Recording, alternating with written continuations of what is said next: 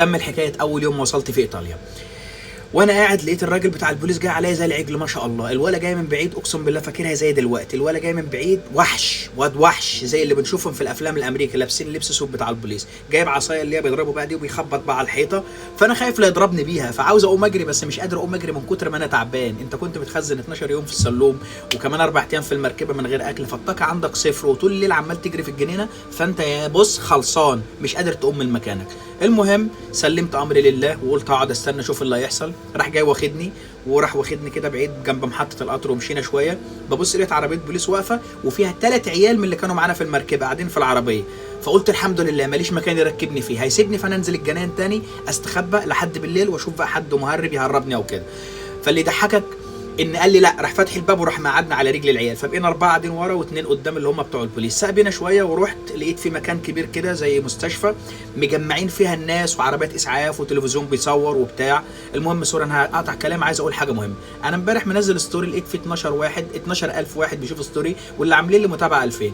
وفي كمان حاجه، انا ما عنديش قناه في اليوتيوب، بس امبارح بالصدفه افتكرت ان انا اصلا فاتح قناه من زمان وكنت منزل عليها كام فيديو بس ما حدش بيبص عليها.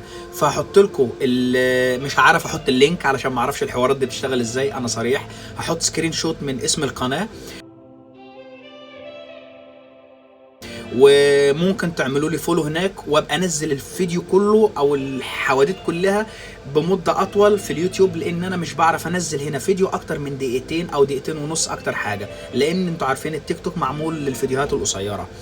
فلو ما يضايقكوش بعد اذنكم اعملوا له متابعه هناك وانا انزل الفيديوهات كلها مره واحده، لان لقيت الناس امبارح هتتجنن وتعرف بقيه الحكايه وانا مش هعرف احكي كل حاجه في فيديو واحد.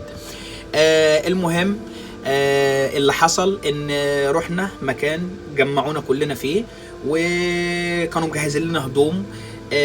حاجه تضحك، الهدوم اللي جايبينها لها كلنا شكل بعضها، يعني نفس الشورت هو نفس الشورت اللي لابسه الناس اللي معانا، نفس لون التيشيرت، نفس لون الشبشب، كل حاجه. انتوا عارفين الخرفان في العيد لما تبقى هتتذبح ويعلموها بعلامه حمراء كده على الصوف بتاعها عشان يبقى كلها مميزه، فهم عملوا فينا كده.